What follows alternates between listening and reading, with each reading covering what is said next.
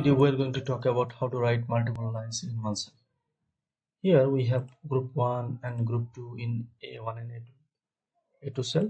We need to write the name of the members of these two groups in B1 and B2 cell.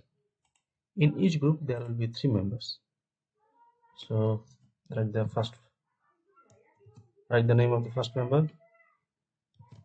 First member here is Gordon. Now press Alt Enter together. The cell is enlarged. Write the second member name. Press Alt Enter together again. Now it is time for write the name of the third member in this group. Now group 1 is finished. Simply press Enter.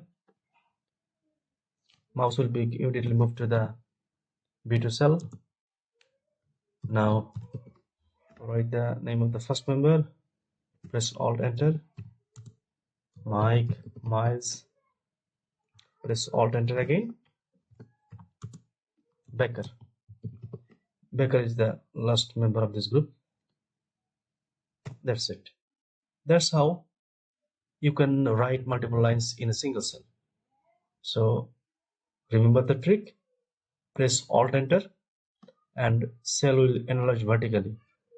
If you need more space horizontal area, just move it down, move it further, and write multiple lines in a single cell.